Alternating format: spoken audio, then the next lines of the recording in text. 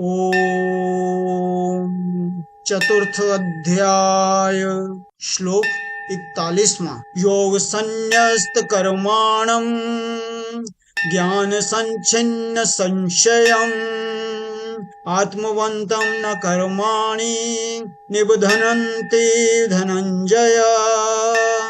हे धनंजय, योग अर्थात समता के द्वारा जिसका संपूर्ण कर्मों से संबंध विच्छेद हो गया है और ज्ञान के द्वारा जिसके संपूर्ण संशयों का नाश हो गया है, ऐसे स्वरूप परायण मनुष्य को कर्म नहीं बांधते।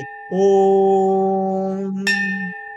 शरीर, इंद्रियां, मन, बुद्धि आदि जो वस्तुएं हमें मिली हैं और हमारी दिखती हैं, वे सब दूसरों की सेवा के लिए ही हैं। इस दृष्टि से जब उन वस्तुओं को दूसरों की सेवा में उनका ही मानकर लगा दिया जाता है, तब कर्मों और वस्तुओं का प्रवाह संसार की ओर ही हो जाता है और अपने में स्वतः सिद्ध समता का अनुभव हो जाता है।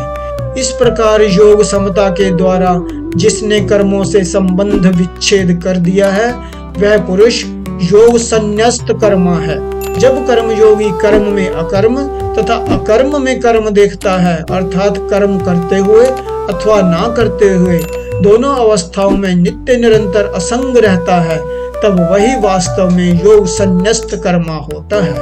मनुष्य के भीतर प्रायः ये संशय रहते हैं कि कर्म करते हुए ही कर्मों से अपना संबंध विच्छेद कैसे होगा, अपने लिए कुछ ना करें तो अपना कल्याण कैसे होगा आदि।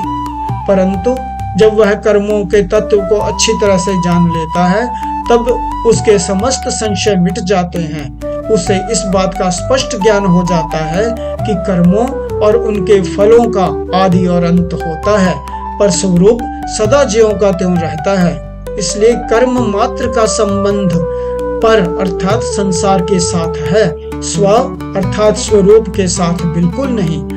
इस दृष्टि से अपने लिए कर्म करने से कर्मों के साथ संबंध जुड़ जाता है और निष्काम भाव पूर्वक केवल दूसरों के लिए कर्म करने से कर्मों से संबंध विच्छेद हो जाता है।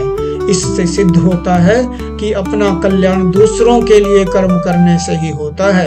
अपने लिए कोई भी कर्म ना करने से कर्मयोगी का संपूर्ण कर्मों से संबंध विच्छेद हो जाता है, अर्थात वह सदा के लिए संसार बंधन से सर्वथा मुक्त हो जाता है। कर्म स्वरूप से बंधन कारक है ही नहीं, कर्मों में फलेच्छा, ममता, आसक्ति और कार्य करने का अभिमान ही बांधने वाला है।